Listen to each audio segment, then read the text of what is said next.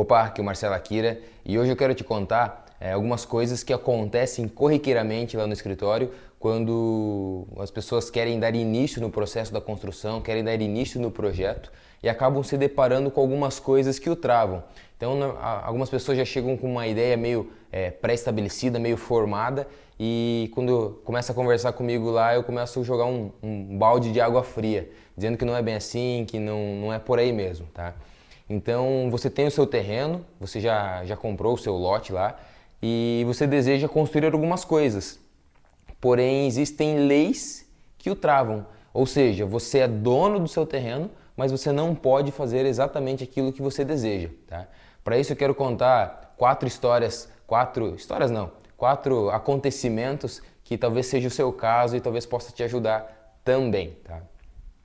O primeiro deles foi um cliente que chegou e ele tinha um terreno relativamente grande, se não me engano eram 360 metros quadrados, ele morava de aluguel e ele tinha um recurso, ele queria construir lá no fundo do terreno uma edícula, uma meia-água, como algumas pessoas chamam.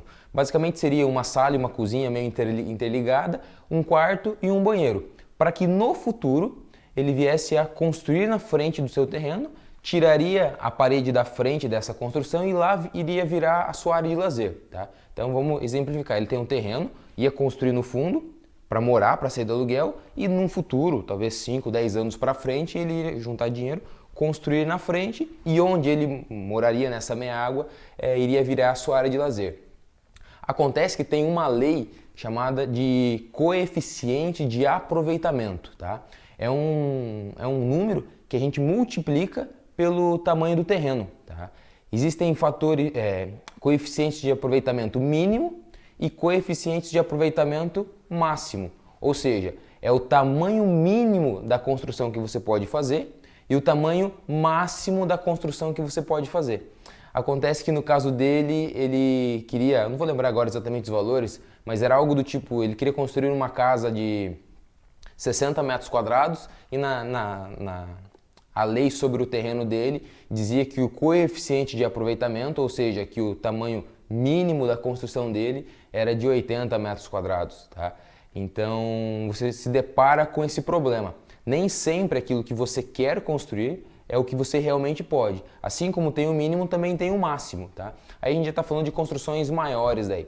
Mas basicamente é um número que eu vou multiplicar pelo tamanho do seu terreno, tá? Então isso, por exemplo, num terreno de 360 metros quadrados, existem coeficientes mínimos que é 0,2, 0,3 e coeficientes máximos que é 3,2, 3,5. Isso está estabelecido em lei, tá? Um segundo caso que aconteceu, o cliente, o proprietário da casa, ele morava numa casa onde tinha muita grama. Então quase que acho que foi um trauma de tanto ele cortar a grama. Quando ele veio fazer o projeto da sua casa, da sua segunda casa, né? Ele falou: Marcelo, eu não quero grama em espaço algum. Eu quero que minha casa inteira tenha piso.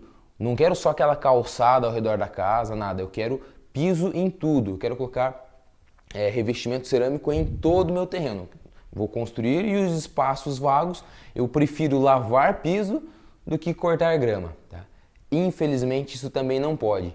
Existe uma outra lei chamada de taxa de permeabilidade, ou seja, é uma porcentagem, tá? Isso varia também, isso é estabelecido por lei, é 10, 20 ou 30% do tamanho do seu terreno. Então, supondo que você tem um terreno aí de 200 metros quadrados e a taxa de permeabilidade para o seu caso seja de 10%. Ou seja, você precisa ter 20 metros quadrados de área sem piso, sem construção, sem revestimento, sem nada. Você pode deixar na terra, pode colocar uma brita, uma pedra, plantar grama, colocar areia. Você não pode ter nada de piso que comprometa a água da chuva percolar pelo solo, tá?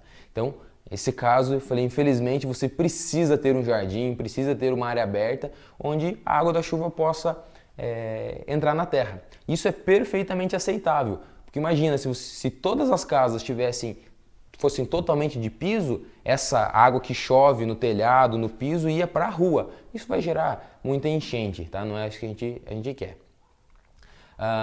Deixa eu lembrar. Um terceiro caso, teve um cliente que ele queria construir a sua casa. Deixa eu exemplificar melhor. Tem o terreno, tá? E tem o espaço do asfalto, o espaço da calçada, aí começa o seu terreno, tá? Naquele caso, ele queria deixar a construção dele o mais próximo possível da calçada. Acontece que a prefeitura não permitia. A prefeitura diz, lá naquele caso, que ele precisaria ter 5 metros de espaçamento entre o final da calçada, ou seja, o alinhamento predial, que é o início do terreno dele, até o início da sua construção. Ele precisaria deixar 5 metros. E ele não queria, o terreno dele era bem curto, então ele queria jogar a construção dele o mais perto possível da calçada para que ele pudesse sobrar um pouco de quintal lá no fundo do terreno. Infelizmente também não foi possível, porque naquele caso específico eram 5 metros. Isso a gente chama de recuo, que é uma outra lei. Tá? Nós temos os recuos frontais, que é a distância mínima entre a calçada e o início da construção. Nós temos os recuos laterais, que são as divisas laterais do terreno. Tá? E nós temos o recuo de fundo. Em terrenos de esquina, tá? Algumas leis exige-se que nós tenhamos recuo de um lado do terreno e do outro lado do terreno também. Tá? Isso acaba comprometendo bastante a área útil de construção. Tá? Então é bem comum a gente ter bastante discussão, entre aspas, aí, com relação a esses recuos. A maioria das vezes as pessoas não aceitam deixar esses espaços. Bastante briga também é quando tem os recuos laterais. Em algumas situações, quando você tem janela voltada para o seu vizinho, você precisa ter 1,5 m de espaço entre o seu muro, entre a sua divisa e a sua janela. Tá? E a maioria das pessoas não quer perder todo esse espaço, quer deixar ali um recuo de 1 metro e tal. Mas também é aceitável, porque isso, quanto maior o espaço ali, melhor é a ventilação que eu vou ter nas janelas. Tá? Não fica aquela construção muito em cima do vizinho. Mas é uma lei. Isso está escrito e não tem o que a gente fazer. Tá? Deixa eu lembrar, eu falei sobre taxa de ocupação, coeficiente de aproveitamento, recuos. Taxa de ocupação. E o quarto caso que eu queria falar era sobre a taxa de ocupação, que é uma outra lei que também expressa em porcentagem, que é o valor, a quantidade máxima de espaço que eu posso usar do seu terreno. Por exemplo, supondo que você tenha um terreno aí de 100 metros quadrados, tá? Um espaço de 100 metros quadrados, e a taxa de ocupação, no seu caso, é de 70%. Ou seja, eu posso usar dos 100 metros quadrados, eu posso ocupar 70 metros quadrados. Tá? Isso é ocupação mesmo, é uma projeção. Eu posso construir um prédio, por exemplo, tá? Respeitando esses 70 metros quadrados.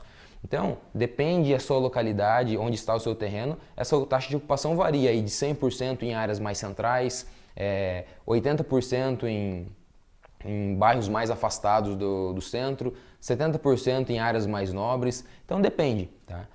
Todas essas leis, isso que eu comentei, esses 4 casos que seriam taxa de ocupação, taxa de permeabilidade, coeficiente de aproveitamento, recuos frontais, laterais de fundos, isso está escrito numa lei chamada de uso e ocupação do solo, que faz parte do plano diretor dos municípios. Então, municípios acima aí de 20 mil habitantes, já é obrigatório ter esse plano diretor, que nada mais é do que vamos pensar em uma lei que dá diretrizes para os próximos anos, ou seja, ela já planeja e prevê o futuro do crescimento dos municípios. Tá? E como você tem um terreno, o seu lote ele está dentro do município, ou seja, ele precisa respeitar as leis. Tá? Não sei se percebeu que várias vezes na nossa conversa eu falei coeficiente de aproveitamento de 0,2 ou de 3,2, taxas de ocupação de 100%, 70%, 80%, tá? Porque isso, no plano diretor, nós temos o nosso município inteiro e isso é dividido em zoneamentos. Ou seja, eu tenho zonas residenciais, zonas comerciais, industriais, áreas de expansão, enfim, tem uma série de divisões que é feita que o município faz nos terrenos, tá? Então a gente precisa saber qual é o seu terreno para poder localizar quais são as leis que incidem sobre ele, para poder definir quais são as taxas de ocupação, para poder definir o que eu posso construir no seu terreno, certo? Então é isso que eu quero dizer quando você é dono do seu lote, infelizmente você não pode construir o que você quiser nele, certo? Então é isso. Um forte abraço e até amanhã no nosso próximo vídeo.